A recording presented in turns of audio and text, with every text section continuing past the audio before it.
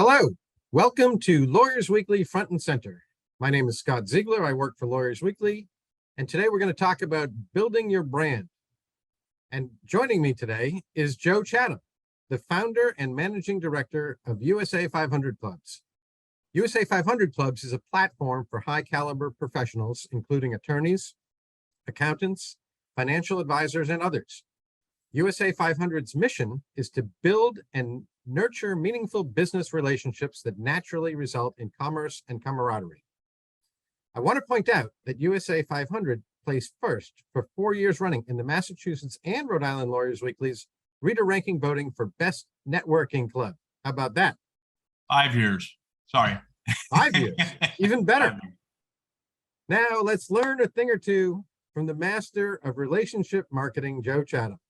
So Joe, we're talking about building your brand specifically for lawyers. And I suppose it applies to other professionals too. But what is the brand for a lawyer? You know, you're not wrong, Scott, when you say that it also applies to other professions as well. But other professions may be more, say, for example, product driven. Somebody could be, a realtor who sells houses, or condos or things like that. And that can be more product driven, as opposed to realtors are really selling their expertise. And so when they're selling their expertise, they are in fact subject matter experts. Now, I know that, various jurisdictions don't allow attorneys to say expert or specialist, but for the purpose of just having a word to use during this conversation, I'll use subject matter experts. And that's in fact what attorneys are selling. They're selling their subject matter expertise. And so for all intents and purposes, it's less product driven than it is knowledge driven. And that's where it's slightly different with attorneys. So they're selling their knowledge. That makes sense. So does a lawyer need to have only one brand message or positioning, or can you have, what do they do? How many? That's a great question, Scott. One of the things that I talk to with my members, for example, is you don't want to go into something being a subject matter expert until you know that particular area of expertise is going to build a successful practice.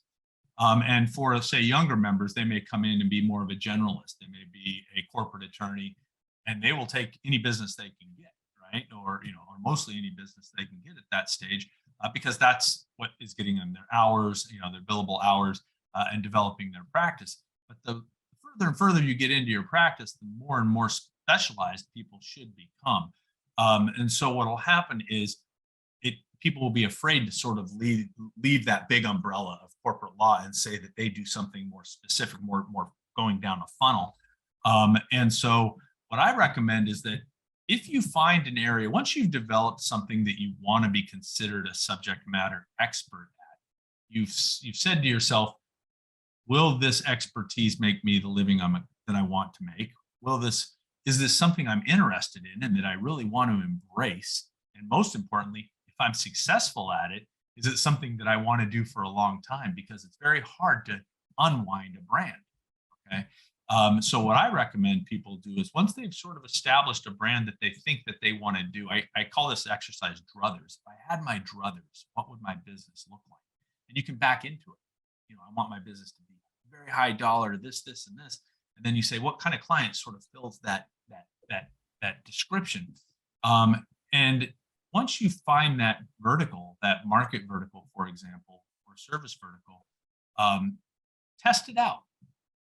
Take it into your bar association, even where the people are your competitors, because the brilliant part about it is if you're very nichey, even your competitors may refer to you because they say, Joe really understands this particular area of corporate law. And once you've done that, then start saying this to the audience that you're going to and see, does it work? Am I really branding myself? When I walk in the room, do people say, there's Joe Chatham, he's an attorney that does this specifically, so that I can capture 100% of that business, or a much bigger percent than someone who just says, I'm a corporate attorney. So I think that you started off with maybe it's a networking group, it could be the chamber, whatever it is that you wherever it is that you choose, and see if the brand is sticky.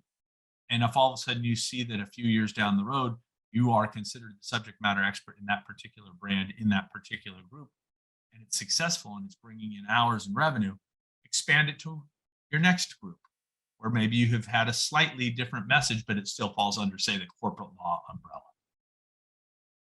All right. So let's say a lawyer has got the practice area or specific knowledge in the practice that they do, and they've kind of come up with this positioning message.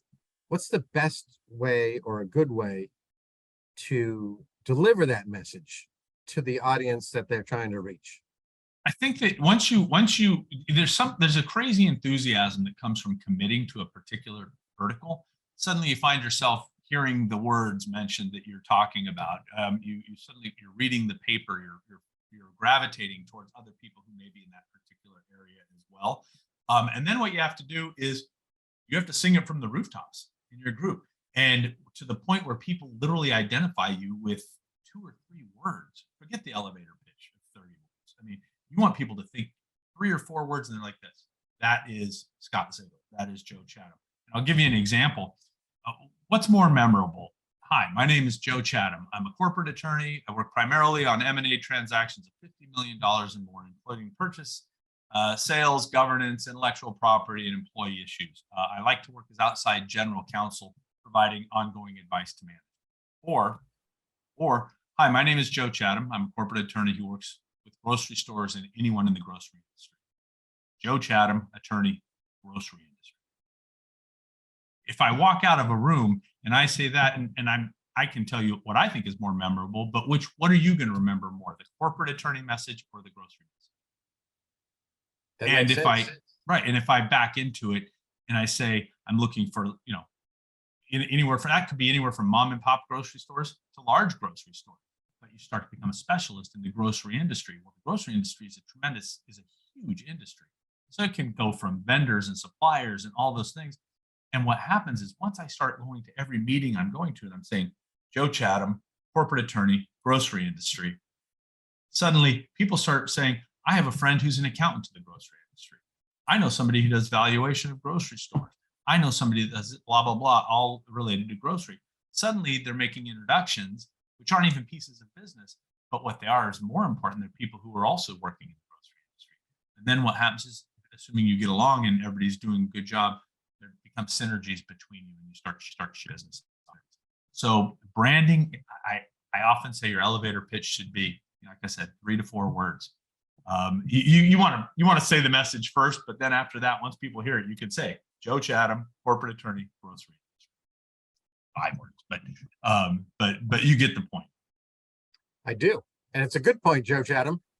Thank you. We're actually wrapping this up now, and let me just ask you this: what's your positioning statement?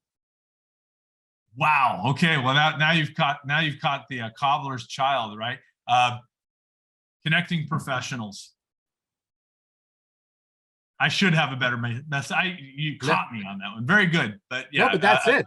Yeah, that's it, Joe. That's what I know you for. And Yeah, I've seen you connect so many people, and connecting people is a great message. But now I'm going to have to go work on that, Scott. And but yeah, connecting professionals. If I had to wrap it up, and in my signature line, it says Chief Connections Officer, which is playful, but it makes the. All right. Well, that's it for Front and Center. Thank you, Joe Chatham of USA 500 Clubs. Thank you.